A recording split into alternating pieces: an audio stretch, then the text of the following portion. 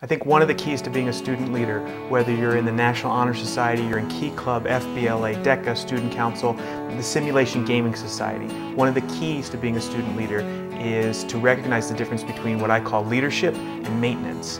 And the way to do that is to ask yourself, who are you reaching?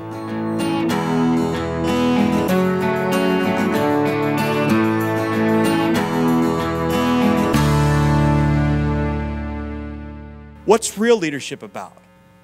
Real leadership is about having the confidence and the character to step out of the limelight and realize that your real challenge as a leader is to create opportunities for other people to stand in the spotlight and shine.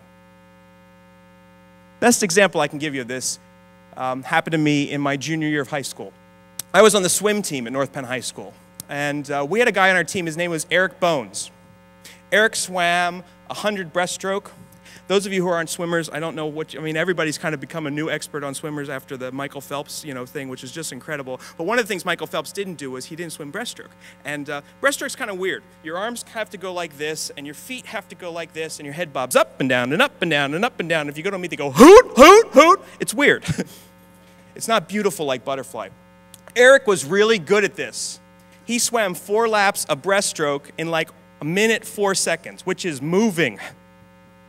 And he was so good that all season long he was knocking records off the record board, achieving excellence time after time. He got, meet record after meet record. He got the league record. He got, the one record that eluded him was the pool record. It had been set about 10 years before by a guy from out of state, and it hovered at like a 103.4. And what was fun was all season long, Eric got closer and closer and closer to that pool record. And we went into our final meet of the year, Eric's final meet as a senior. And the whole week leading up to that event, my coach, Mr. Carroll, had been working with Eric one-on-one intensely because we thought Eric was right on schedule to break that record. He was doing simulators, and the simulators, all the indications were Eric's going to get in that pool, he's going to break that record on the final meet of his high school career, and he's going to own that record board. And we were warming up.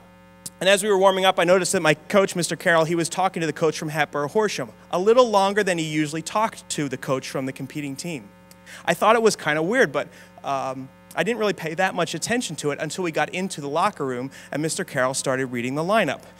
Okay, 100 butterfly will be Dunnigan, Toy, and Camburn. 200 IM will be Murray, Glover, and Bay. 100 breaststroke. I got to talk to you about this one. I was talking to the coach from Hatboro Horsham, and they've got a guy on their team who has cerebral palsy. I don't know if you know cerebral palsy.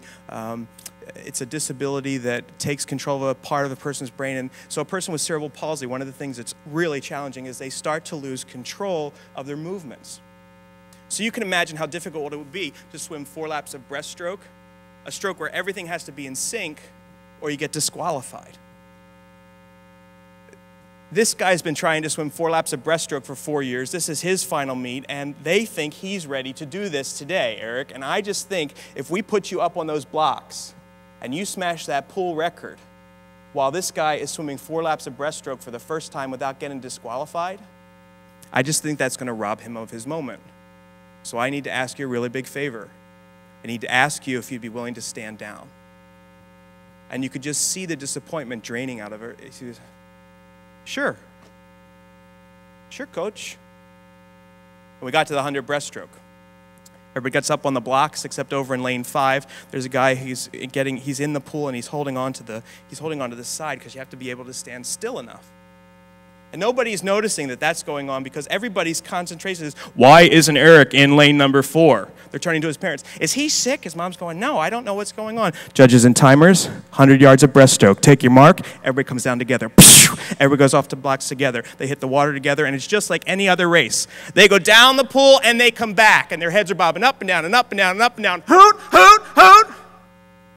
And as they come back on the second lap, there's a guy about 1/3 of the way down the pool, and he's just going. And they go into the second turn, and they come out of the second turn, and they lap him. They do 3 laps of breaststroke before this guy finishes the first lap. They go out of the third turn, they come back, everybody touches, the scoreboard lights up, everybody claps, yay! And then I wish you could have been there to see what happened next as the place just got silent. Because everybody realized that the true drama of the day is happening over in lane 5. And here's a guy, sometimes a speaker will tell you a story because they want to sort of get you emotional over the fact that person, just pay attention to what the lesson was here. Here's a guy. And this is what you heard because it was silent. Everybody's just sitting there silent. And so you hear, and it took forever. It took him like 2 minutes to swim the first lap. It took another 2 minutes and 20 seconds to swim the second lap. Third lap, we're at like 7.5, 8 minutes coming out of the third. He comes out of the third turn, his head pops up. Water rushes over his head. He chokes in some water. And the whole audience is kind of sitting for it like, but he gets it back together. Slow and steady, comes into those backstroke flags, and he touches with both his hands at the same time. And I wish you could have been there to see it as the place just exploded. And his teammates jumped in the pool, and they put that kid up on his shoulders. I will never forget it as long as I live, because I think it's one of the only times I have seen pure joy on the face of another human being. And Mr. Carroll stood over by the lockers, and that was a really big thing you did there, Eric, and I really appreciate that. And Eric said, Coach, I don't know what it would have been like to get up on those blocks and steal that kid's moment.